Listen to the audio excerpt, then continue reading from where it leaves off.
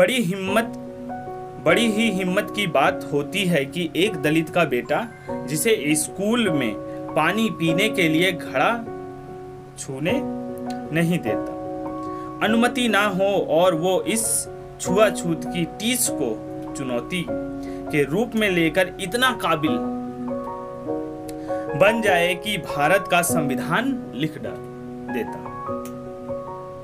उन्होंने मतलब जो छुआछूत में रहे थे, छुआछूत इतनी ज्यादा उन्हें मिली जिससे वो बहुत क्या हुआ, द्रवित हुए, दुखी हुए, और उन्होंने संकल्प ले लिया कि मैं अपना तो नहीं लेकिन अपने समाज का, जो हमारे बच्चे हैं, आने वाली पीढ़ी है, उनके लिए कुछ करके जाऊंगा।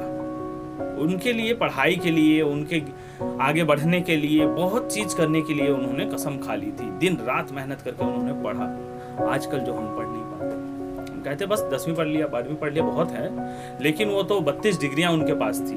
अगर आपको पता होगा तो याद है कि 32 डिग्रियां बाबा साहब ने ली थी। इंडिया ही नहीं बल्कि विदेश में भी पढ़े थे, वो वर्ल्ड लेवल में पढ़ाई की, उन्होंने बहुत नाम कमाया। आज भी जो ऑक्सफोर्ड यूनिवर्सिटी के सामने इनकी जो मूर्ति लगी है उस पर लिखा गया है द सिंबल ऑफ नॉलेज, ज्ञान का प्रतीक। इन्होंने अपनी लाइफ में कम से कम 2.5 लाख से ज्यादा बुकें पढ़ी थी। इनकी जो पर्सनल लाइब्रेरी की, वर्ल्ड की सबसे बड़ी पर्सनल लाइब्रेरी है, वो 70,000 किताबें हैं।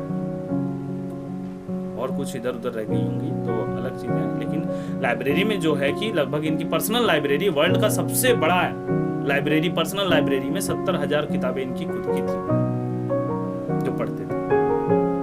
तो पढ़ाई के लिए इन्होंने इतना ज्यादा मेहनत की है, जो इनकी मेहनत रंग कब लाई आप सबको पता है।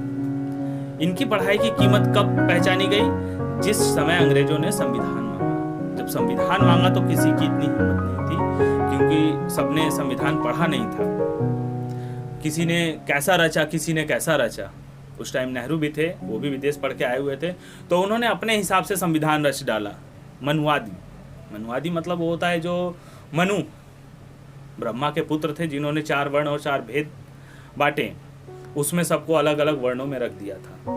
ठीक है, 3 लोगों को, खुद को और क्षत्रिय को और वैश्य को, जिसको बनिया कहा जाता है, इन तीनों को छोड़ के जितने ही इंसान, जितनी ही कास्ट बची, सबको शूद्र बना दिया। ये तो हम आपस में लड़के मरते हैं कि हम ये हैं, एससी हैं, एसटी हैं, ओबीसी हैं, लेकिन हमें इस सबसे भेदभाव से दूर रहना चाहिए और हमें क्या करना चाहिए? इंसान बनना चाहिए और हमें ज्ञान की खोज में रहना चाहिए। हमें सबसे ज्यादा क्या करना चाहिए?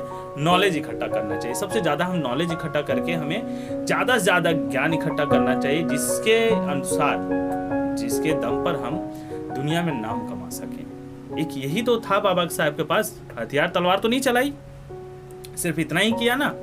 उन्होंने क्या किया कि पढ़ाई इतनी कर ली कि उनके आगे कोई नहीं पढ़ सकता। लास्ट में जब संविधान लिखने का मौका आया तो सब उनके आगे आ गए। ड्राफ्टिंग कमेटी बनी, जो पता ही, पढ़ाई होगा अपनी क्लासों में, ड्राफ्टिंग कमेटी बनी थी और उसमें इन्हें अध्यक्ष चुना गया, अस्थायी अध्यक्ष। इन्हीं के हाथ में था उसका स्ट्रक्चर बनाना, उसका प्रारूप बनाना। संविधान का बना के जब दिया इन्होंने तो अंग्रेजों ने मान लिया। उसके पहले 2 संविधान बने थे, गांधी के अनुसार नेहरू ने भी बनाया था, लेकिन उसमें सिर्फ वही मनुवादी, छुआछूत, भेदभाव सब लिखा हुआ था, जिसको अंग्रेजों ने नहीं। इस वजह से दोनों संविधान कैंसिल हो गए। फाइनली जो बाबा साहब ने संविधान लिखा था वही इनका संविधान सामने आया और वही आज हमारे हिंदुस्तान में भी माना जा रहा है। पढ़ाई एक ऐसा हथियार है बच्चों कि अगर हम पढ़ाई अच्छे से कर लेते हैं तो शायद हमें किसी चीज की कमी नहीं है, हमें किसी भी चीज की कमी नहीं होगी। सिर्फ खाली एक ही काम है, पढ़ाई। अपना, अगर हम अपने आप को एक अच्छा इंसान बनाते हैं तो उसके लिए हमारे पास ज्ञान होना चाहिए। ज्ञान होगा तभी हम अच्छे बनेंगे, सोच सकते हैं, तर्क कर सकते हैं। हम कितना भी अच्छा रह लें, कितने भी सुंदर दिख लें, लेकिन उससे कोई फर्क नहीं पड़ता, क्योंकि ज्ञान नहीं है तो तुम इंसान नहीं कहलाओ। कुछ समय के बाद तुम्हारी क्या है कि ज्ञान ही दिखा जाएगा। हर जगह ज्ञान की कीमत रखती है, ठीक है ना। इंसान समय के साथ बूढ़ा होता चला जाता है, लेकिन ज्ञान समय के साथ बढ़ता जाता है। जितना ज्यादा ज्ञान होगा उतना ज्यादा इंसान की कीमत बढ़ेगी। दुनिया में इस तरह कोई विद्वान ना हुआ, ईमानदार तो हुए, ईमान ना हुआ। विद्वान बहुत हुए, ईमानदार भी हुए, लेकिन उनके पास ईमान ना हुआ। ईमान मीन्स क्यों नहीं हुआ? यहाँ कहा गया कि मतलब जैसे बहुत लोग पढ़ लेते हैं, इंडिया में पढ़ के लोग क्या करते हैं, बाहर विदेश चले जाते हैं, कमाने जाते हैं ना, तो विदेश जाके करते क्या है वो, यहाँ की जो परेशानियां हैं उससे बच जाते हैं। कहते हैं आज हम स्टैंडर्ड हो गए तो बाहर जाके कमा सकते हैं, और बाहर जाके कमाते हैं और अपने ऐश आराम से जीते हैं, अपना समाज छोड़ देते हैं जिस समाज से वो उठ के आए हैं। अब उस समाज को डेवलप नहीं करेंगे तो क्या होगा, वो तो वहीं रह गया ना। लेकिन तुम उठ के आए तो वापस तुम्हें अपने समाज में जाना चाहिए। तो ये था बाबा साहेब का सपना। वो विदेश चाहते, बहुत बड़ी पोस्ट पे हो सकते थे, अच्छे खासे पढ़े लिखे थे, अच्छे उन्हें अवार्ड भी मिले थे, बहुत नाम कमाया था बाबा साहब ने पढ़ाई, लेकिन वो बाहर नहीं गए, वो वापस अपने घर वापस आए और अपने लोगों के लिए लड़ाई लड़ी। दुनिया में इस तरह कोई विद्वान ना हुआ, ईमानदार तो हुए, ईमान ना हुआ। वैसे तो मसीहा हुए भारत में बहुत, बाबा साहेब सा कोई महान ना हुआ। मसीहा बहुत बनने के लिए आए, लेकिन बाबा साहेब जैसा महान नहीं हुआ। महान इन्हें क्यों कहा गया, क्यों हम इन्हें महान कहते हैं? इनकी जो इन्होंने अपना बलिदान दिया था, बहुत बड़ा बलिदान दिया था। इनके 3 बच्चे 4 बच्चे, इनके हालात नहीं थे पालने की, दवाई दिलाने के हालात नहीं थे, पैसे इतने नहीं थे कि जिससे कि उनकी इलाज कराया जा सके। लेकिन फिर भी जो इनकी वाइफ थी वो रमाबाई, उन्होंने इनकी पढ़ाई में बहुत सपोर्ट किया, इतना सपोर्ट किया कि इन्हें घर की दुख तकलीफों से भी परे रखा। बाबा साहब ने उन्हें भी पढ़ाया था। उनको पढ़ाने के बाद वो घर पे थोड़ा बहुत रहती थी, जो होता था उनसे वो घर का काम संभालती थी, और घर पे भी कुछ पैसा कमाती थी, जिससे कमा के वो क्या करती थी, बाबा साहब को जो स्कॉलरशिप मिलती थी ना, वो भी फिर रिटर्न कर दिया करती थी। कहती थी अब अपना पढ़ाई में यूज करो, हमें नहीं चाहिए, आप पढ़ो।